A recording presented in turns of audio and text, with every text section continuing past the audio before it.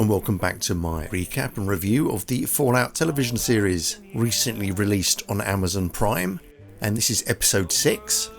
And my usual disclaimer is that I'm going to be spoiling the whole episode and the whole series, so just be aware of that. Anyhow, let's get straight into it. So straight up, we seem to be in an episode of Galaxy News, which is a Vault-Tec presentation. So it's more of an infomercial rather than news. But we see a shot of Cooper Howard looking very suave in his suit, smoking a cigarette, and it's quite fun to keep track of Cooper's cigarettes in this episode, just to see where they end up. And Cooper gives us a little speech describing the Camelot of the nuclear age, which is going to be Vault 4. We get a rather dramatic reveal of the vault entrance, and Coop's first cigarette goes over the side. And pay close attention to the room on the left that says Test Subjects. We'll be seeing a lot more of that room later in the episode. But Coop wanders around describing the vault, and the walls are apparently 3 foot thick and made of lead, which, as Coop says, is enough to keep out the radiation and the communists, which is very reassuring. So what Coop is filming is a promotional video for Vault-Tec, hoping that people will buy places in these vaults. So it's more or less a real estate infomercial. And in this case, we're about to meet a family who have taken up residence in Vault 4.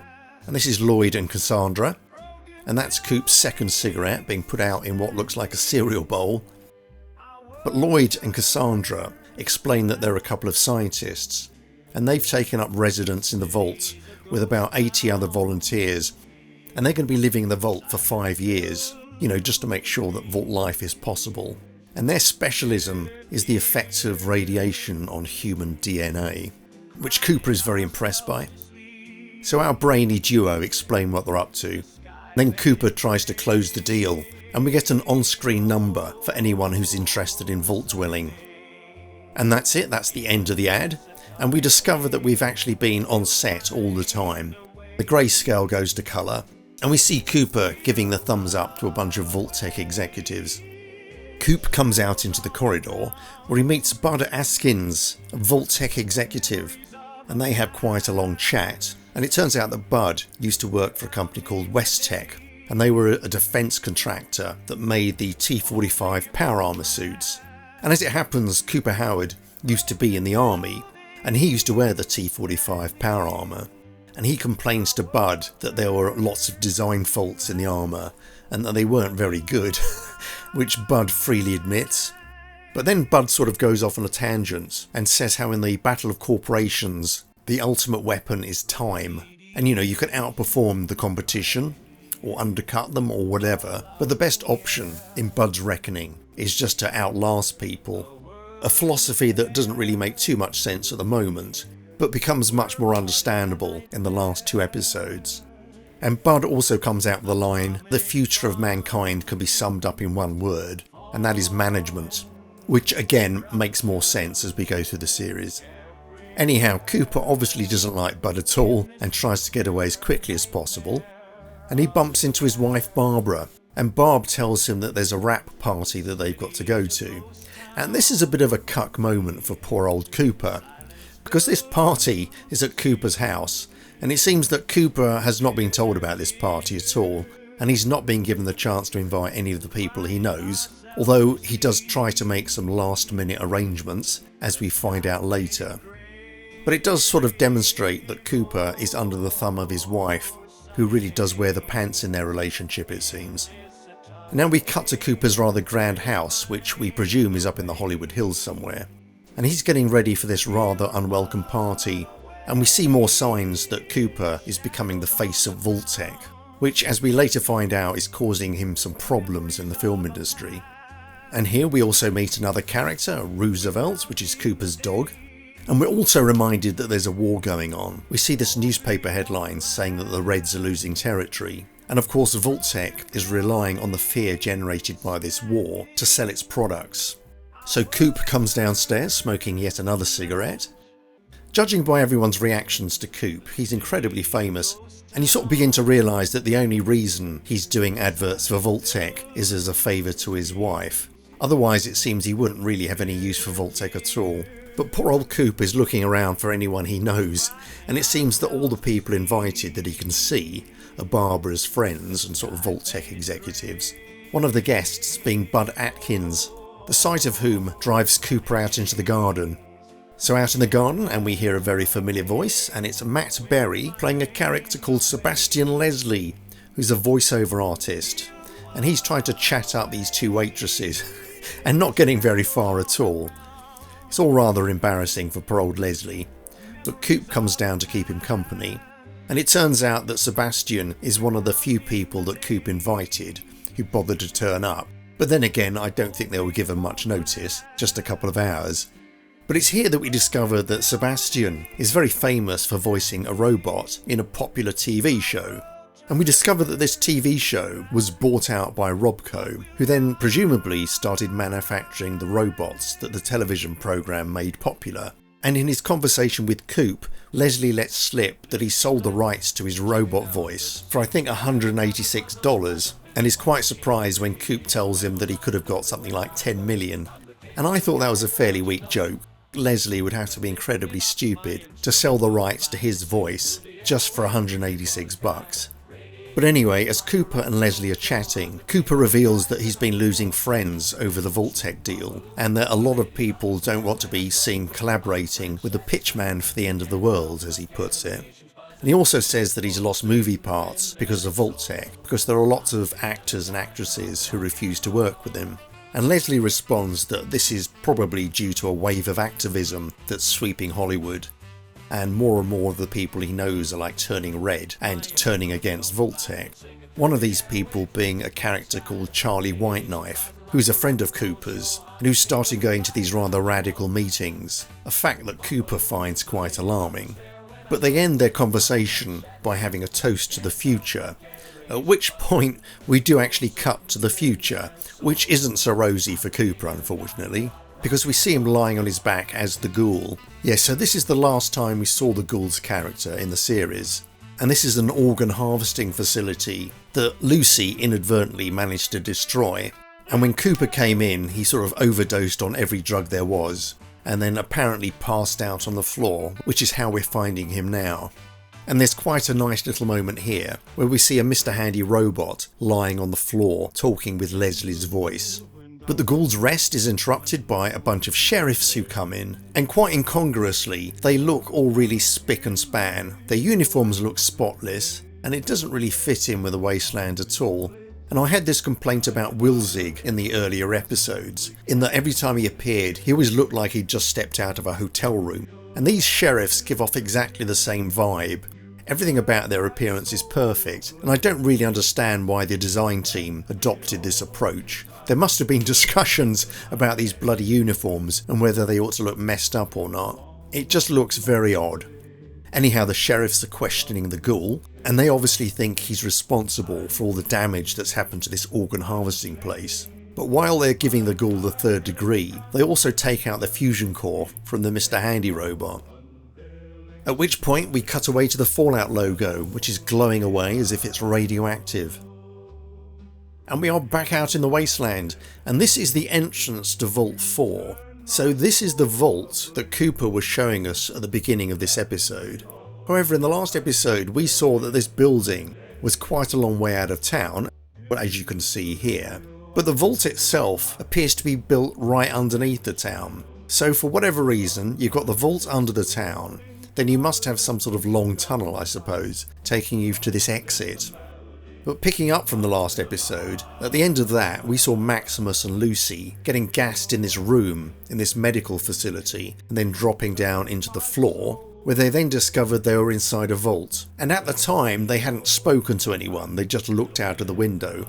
But now Maximus is getting some medical attention, because in the last episode he was shot in the arm by some wastelanders. And we make the rather grisly discovery that he wasn't shot by a bullet. This wastelander had loaded their gun with an old tooth. And we also meet a new character called Birdie, and she seems to be a figure of authority in the vault. And we learn a few things about Birdie. Firstly, she was born on the surface in Shady Sands, which we have learnt was destroyed by a nuclear explosion. And we also find out that Maximus's power armour has been retrieved from the surface and brought down into the vault. And we assume that Maximus must have told them where the vault armour was hidden, because he had hidden it quite well in the last episode. So I don't think there's much chance they would have just stumbled across it by accident. And the plan now is that Maximus and Lucy will stay underground as the guests of Vault 4 while Maximus's arm heals. And now we have a little time jump, and it's just Maximus and Lucy in their little room. And it's quite peculiar in that this room is the room that they were trapped in initially in the last episode. We see the sign on the wall saying "Caution, falling objects." So presumably the trap is still active, and theoretically anyone could drop in on them at any time. So I'm not sure why they're being kept there. But it's such a weird setup because, as I said earlier, this vault is built under a medical facility. But the whole trap must have been set up when the vault was first built. You know, this doesn't look like something that's been jury-rigged quite recently. So presumably the whole trap idea must be pre-war. But I don't really understand how they thought that would work. It seems to be that the trap was created to capture people to act as like laboratory rats. But I'm presuming that people weren't trapped like this before the war. But if the idea was to trap people after the war, why were the vault builders so confident that the medical facility above the vault would still survive? It seems such a random and uncertain way of capturing people, and the whole trap idea just seems to be in service of the plot, just a very quick and easy way of getting Maximus and Lucy down here. Anyhow, Lucy and Maximus are having a little conversation, when Lucy rather abruptly asks Maximus if he wants to have sex, which does seem a little strange in itself. It's not something I thought Lucy would ever say. But Maximus's response is even odder, in that he makes some rather childish comments about ejaculation, and how it's all rather weird and not very pleasant, and then shies away from the subject by saying that he's a Knight of the Brotherhood and they're not supposed to, which suggests that the Brotherhood of Steel have all taken vows of chastity or something. Anyhow, the camera pans out and we see the sign saying test subjects, and this is meant to heighten our distrust of the dwellers of Vault 4, and assuming that Lucy and Maximus have got something nasty in store for them. Another time jump, and Lucy and Maximus are in this central plaza having some lunch, and Maximus is very suspicious of the vault dwellers. Everyone seems to be smiling and happy, and Maximus is sure that this is a sign that everyone's in a cult and that they ought to leave as soon as possible. Whereas Lucy, being amongst her own kind so to speak, is much more trusting. And it's while they're eating that Birdie comes along and introduces them to Overseer Benjamin. And Overseer Benjamin has a rather distinctive face in that he's only got one eye in the middle of his forehead. So this is quite a shock to Lucy, though Maximus seems less concerned. But the Overseer is just here to welcome them to the vault, tell them a few house rules, and explain that level 12 of the vault is out of bounds. A warning that does seem rather suspicious in itself. Anyhow, Overseer Benjamin and Birdie go off, and now Lucy starts to see people at the picnic tables who also have quite unusual mutations. So we see a guy with a nose growing out of his forehead, and another guy who seems to have a flipper for a hand. And now Lucy's attitude flips. She was very trusting, but now she's starting to get suspicious. She's seeing all these mutations, and she's very curious about what might be happening on level 12. Whereas Maximus is quite blasé about Overseer Benjamin. When Lucy points out that he only had one eye, Maximus sort of shrugs it off, which is quite surprising because the Brotherhood of Steel have a very low opinion of mutants and do all they can to wipe them out. So of the two of them, you'd expect Maximus to be much more disturbed by all the mutations, but he don't care and he's more interested in getting some food down him. Back out in the wasteland, and we see this exterior location once more.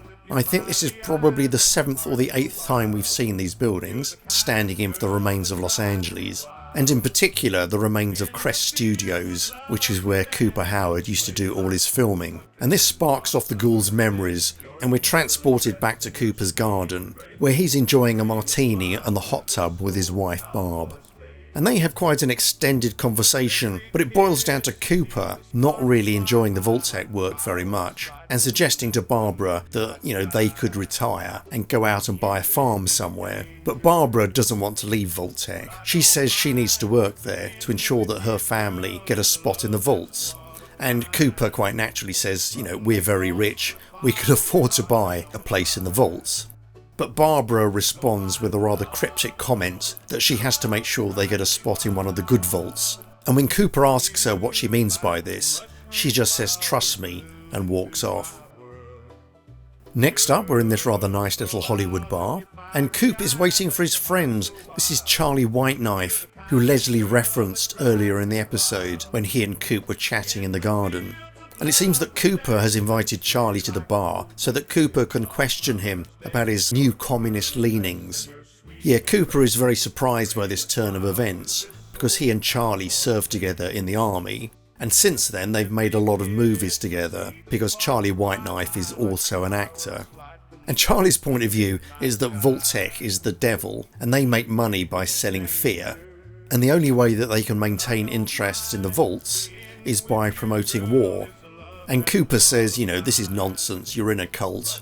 And Charlie responds by saying, well, no, you're in the Vault-Tec cult.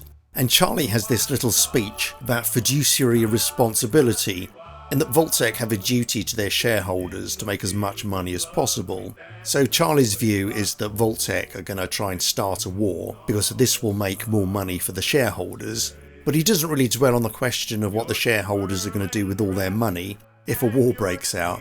It seems to be a rather short-sighted strategy, but it ends up with Charlie inviting Cooper to a meeting, and he hands over the business card to this Hollywood cemetery, which apparently has become this hotbed of activism.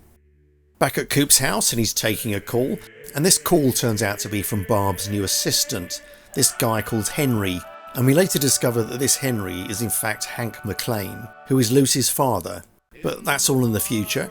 All Coop knows now is that Henry is quite irritating, and he puts the phone down on him. Anyhow, it's dinner time, and Coop and Barbara settle down for something to eat, and it's while they're tucking in that Barbara mentions to Cooper that Vault-Tec aren't going to allow dogs into the vaults, which for this family is quite a big deal, because they have Roosevelt to look after.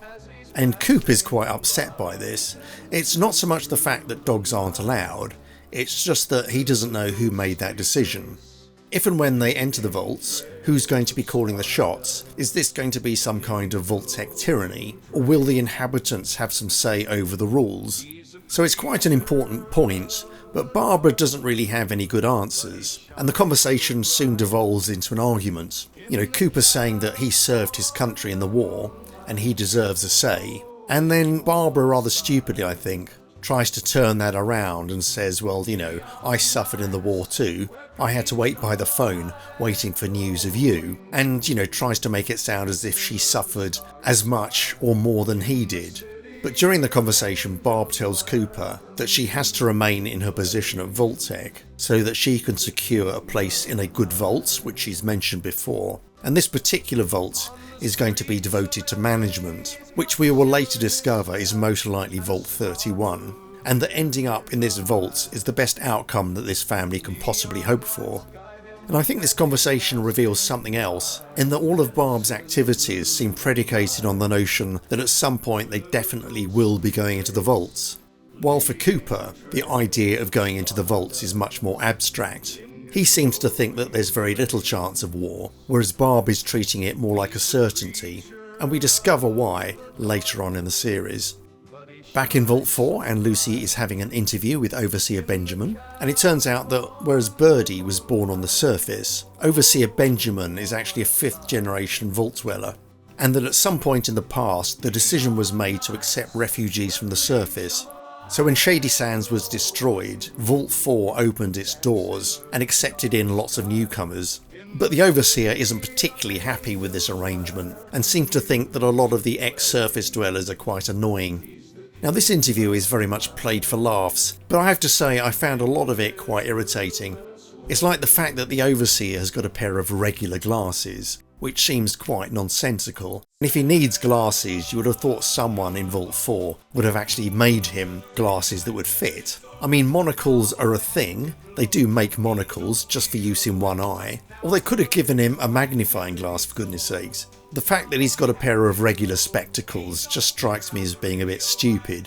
We also have the gag where Overseer Benjamin keeps referring to Lucy as Goosey, because he's misreading it off his files. And I do appreciate the gag here, in that I'm assuming that because he's a bureaucrat, He will just much rather believe anything on the printed page rather than listen to the person who's sitting opposite him. But again, he just comes across as a bit of a dimwit, really. And you do wonder how he got the position of overseer in the first place. But I suppose this is playing off an idea that it's really Birdie who's running the vault, and that Overseer Benjamin is more or less her puppet. Although that idea in itself is never really explored. Anyway, Lucy and the Overseer have a bit of a chat. There are various gags of varying quality. And the interview ends when Lucy asks about level 12, and this causes Benjamin to spit out his coffee and tell her not to talk about it. I mean, he doesn't explain why she shouldn't talk about level 12. He might have taken this opportunity to explain the situation to her, but he doesn't. And he ends the interview by essentially kicking Lucy out and telling her never to bring the subject up again. Next we cut to another location in Vault 4, and we're in a corridor where Maximus has tracked down his power armour, something that pleases him enormously, but he then realises that without a fusion core, the power armour is useless to him, and he has a bit of a ponder about this, and then almost literally has a light bulb moment. He sees someone replacing a light bulb, and then goes and asks this person where the vault gets its power from, at which point we cut to the vault's power plant, and see that apparently the entire vault gets its energy from a single fusion core. Now you might expect such a crucial piece of equipment to be quite well guarded, but apparently not, because Maximus has just wandered in here, and there's nothing to stop him from taking the fusion core, and he's just about to when Birdie appears. And if Birdie is suspicious of Maximus, we don't know, she doesn't really give any sign of it. But she asks how he's settling in, and it seems that Maximus is still very keen on moving out as quickly as possible. But Birdie suggests that Maximus ought to rest up a little bit more while his arm heals, and to help him get settled into the vault, she gives Maximus his very own Pip-Boy, and she tells him that he can use this to get into his very own apartment, and that it's full of mod cons like hot running water and things like this. And Maximus is won over by the idea of a hot shower. This seems to be a big deal for him. So we next see Maximus looking for his apartment, or unit I should call it, and is quickly exposed to the luxury of vault living. In particular we have this welcome basket, which is full of goodies like sugar bombs, deviled eggs and Blanco mac and cheese. And I do quite like the decor in this apartment. You've got this rather cheesy fish design on the walls, but I rather like it. I don't think I could live with it for very long, but I would like to stay in this unit for a little bit. Perhaps they ought to make it a vault-themed hotel we could all stay in. Anyhow, Maximus seems quite stunned by all the goodies on offer, in particular the television and the record player. But I have to say that Maximus has come from the Brotherhood that has lots of technology, so I'm not sure he would be that fascinated by a lot of this stuff. I mean, I can understand the Brotherhood not watching television or listening to music, but Maximus seems to be astonished by the fact that water comes out of taps, which is something I'm pretty sure the Brotherhood must have. Anyhow, Maximus soon takes advantage of the shower facilities, and then it's time to sample some of the food on offer. First up being a nice tin of caviar, which I can understand would be unfamiliar to the Brotherhood. And then we have this rather odd little scene where Maximus comes out into the corridor, and this guy sort of walks past him, and Maximus says, "Excuse me," in quite an offended tone, as if this guy has suddenly insulted him. And the guy turns around, and Maximus says, "What is this?" And you can see how that line would have been written initially, but for some reason when they filmed it, they decided to inject this little bit of drama into this interaction. It's just a weird little interlude that makes Maximus appear quite rude for no good reason at all. He just comes across as a bit of a dick. Weird direction choice. Cut back to Lucy, and she's found a schoolroom, and we know that Lucy would have an interest in the schoolroom, as one of her jobs in Vault 33 was acting as a school teacher. And it's in the schoolroom that she finds this display called Remembering Shady Sands. So Lucy is aware of some of the history of Shady Sands. She knows it's a surface civilization that grew up independently of the vaults. But I think this is the first time that she becomes aware of all these important events in this strict chronological order. Before now, her knowledge of the history of the wastelands has been rather sketchy. And there's quite a nice moment when she unfurls the flag of the New California Republic, because we hear the strains of the Fallout theme. It's a pity they don't make more of it in the show. But Lucy has seen enough, so she goes out into the corridor and finds a stream of people heading towards an event. and she meets this bearded guy who tells her that it's like a surface dweller tradition, but something that he doesn't want to participate in. But Lucy's invited along, so off she goes. But we'll have to put a pin in that particular story, because we're back out in the wasteland, and the ghoul is being taken somewhere by the pristine sheriffs. His destination apparently being somewhere called the Governmint. So the ghoul is dragged inside, and he happens to glance over at some wanted posters. But we only understand the significance of this a little later on. In the meantime, the ghoul is going to have an interview with this character, a person called Sorrel Booker, a man who seems to have elected himself the president of this particular part of the wasteland. And we soon discover that Sorrel and the ghoul know each other. But as with other interactions with the ghoul, no one seems to be particularly surprised by the fact that they haven't seen the ghoul in 20 years. Because based on previous episodes, we know that the ghoul was buried in a grave for 2 decades. But if he meets anyone he knows in the wasteland, none of them remark on the fact that he hasn't been seen around for ages and ages. Anyhow, while the ghoul and Sorrel are chatting, the ghoul asks for his sewing kit. And it turns out that the kit has also got the ghoul's finger in it. And this is the finger that Lucy bit off a few episodes ago. They had a bit of a tussle, Lucy got the finger in her mouth and chomped it off. And in the subsequent conversation, the ghoul spends quite a lot of time slowly sewing the finger back onto his hand. And in this conversation we learn a few things. We know that Sorrel knows the ghoul and knows him as a famous bounty hunter. And he asks the ghoul what's been keeping him going for the last 200 years. He says maybe you're still looking for her. And this is the first indication we've had that the ghoul is actually looking for someone. And in a later episode it's revealed that the ghoul has in fact been searching for his family. But this is the first hint of that, and the ghoul rather abruptly changes the conversation to talk about Moldava. And Moldava, if you remember, is the name of the raider leader who kidnapped Hank, Lucy's father. And the ghoul wants to track Moldava down for reasons we discover later on. And it turns out that Sorrel does in fact know of Moldava, and he tells the ghoul her alternative name, which is the Flame Mother. Anyhow, Sorrel gets tired of this conversation fairly quickly, and tells the ghoul that on account of him wrecking the organ farm, the ghoul now has to be disposed of, to set an example to other people who might go around destroying legitimate businesses. And it's not really clear why, but the ghoul makes no effort to defend himself, because he had nothing to do with destroying that operation, but instead he just confesses to it, and also tells them that he shot up Philly too, at which point Sorrel tells his deputies to take the ghoul out and feed him to the hogs. However, by this point, the ghoul has successfully sewn the finger back on, the finger that happens to be his trigger finger, and he rapidly kills off the deputies, then turns to Sorrel and asks him why he's got a particular picture on his wall. And he goes over to the wall and takes down one of the pictures and shows it to Sorrel, and says, why have you got a picture of this woman on your wall? And Sorrel says, that is Moldava, a fact that surprises the ghoul. He looks at the picture and says, well, that's not how I remember her. Back in time again, and we're at Hollywood Forever, which is the location of the communist meeting that Cooper Howard is going to take a look at. So he pulls up in his rather nice yellow car, goes inside and has a look around. But we quickly cut back to Vault 4, where the surface dwellers are setting up everything for their little ceremony. They've created this huge altar in the middle of the room, and they all gather round it in a big circle, and it seems that Lucy is quite charmed by all this activity. She thinks she's about to see some quaint little ceremony. But it's back to Cooper at the cemetery, and we see that he's due to meet someone at 4 PM.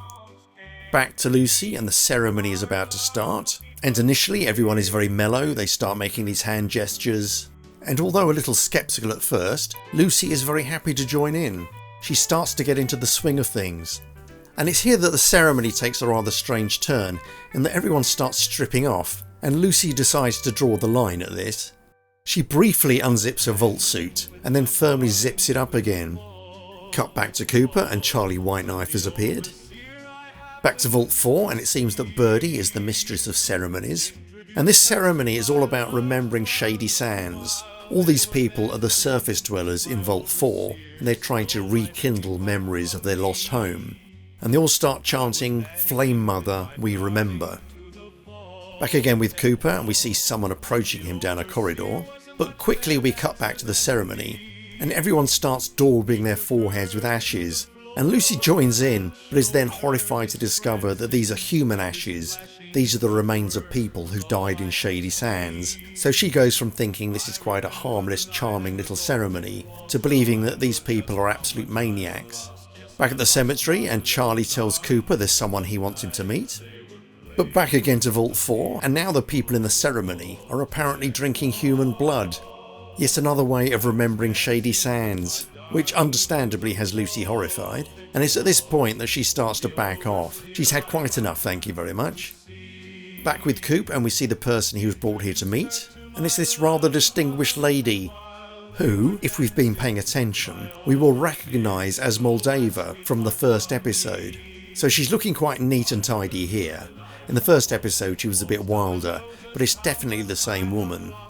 And in a parallel scene, back in Vault 4, Birdie unveils this banner which has a picture of the Flame Mother on it, which is, again, obviously Moldava, who is the woman Cooper is meeting in the past.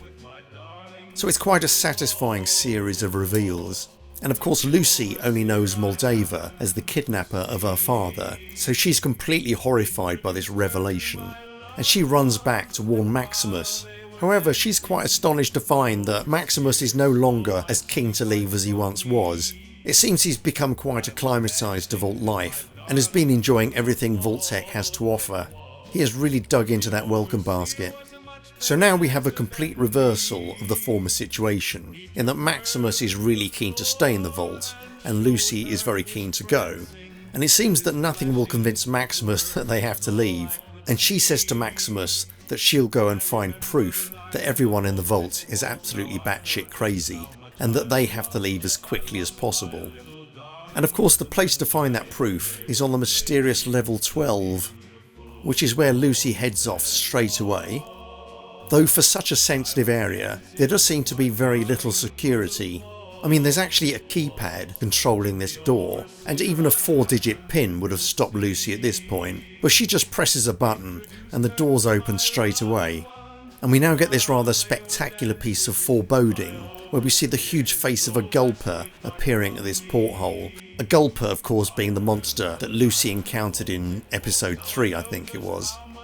And in a few moments we're going to discover that Vault 4 is actually the origin of these horrifying beasties. But Lucy's inside, snooping around, seeing all sorts of vile things floating in jars, and she catches sight of this screen that's showing something horrible happening inside one of these tanks. We see this pregnant woman strapped to one of these chairs, giving birth underwater.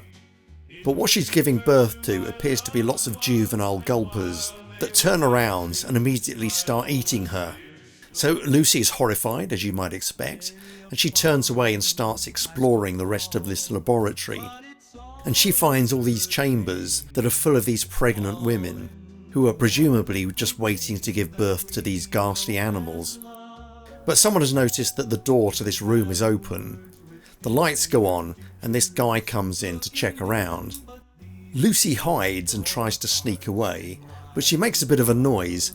And I will give the show a lot of credit in that this lab assistant doesn't start looking around to see what made the noise. As soon as he hears something suspicious, he goes off and presses the alarm, then grabs a harpoon off the wall. He's not taking any chances at all. But Lucy, desperate to escape, has no option but to chuck something at this guy, and it turns out to be a vial of acid that sort of burns his face off. At which point some security guards dash in, and after quite a fierce fight manage to take Lucy down. Then Birdie pops up asking what's the matter, and Lucy snaps and says, "You're all crazy, you're all absolutely mad." And cut to Maximus, happily enjoying his popcorn. And that's the end of the episode. So yeah, full of interest, lots going on. I did rather enjoy the rapid cutting backwards and forwards between Coop and the ceremony in Vault 4. But there were a lot of irritating things as well. I didn't really get the humour with the Overseer. I thought a lot of that was quite childish. And everything going on in Vault 4 seems quite busy. It's almost as if they had two ideas, that they had the Flame Mother cult idea and the Vault 4 idea, and they decided to mash them together. I do wonder if at one point this was like two separate episodes that they've combined just to save a bit of time. And other things like the sheriffs being so clean, I mean, it seems like a minor point. but it's such an odd artistic decision, I don't really understand it at all. Anyhow, despite all that, I had a pretty good time with this episode, and I hope you enjoyed watching this video, and I hope to see you again for the next one. And until I see you again, I shall say goodbye. Okay then, cheerio.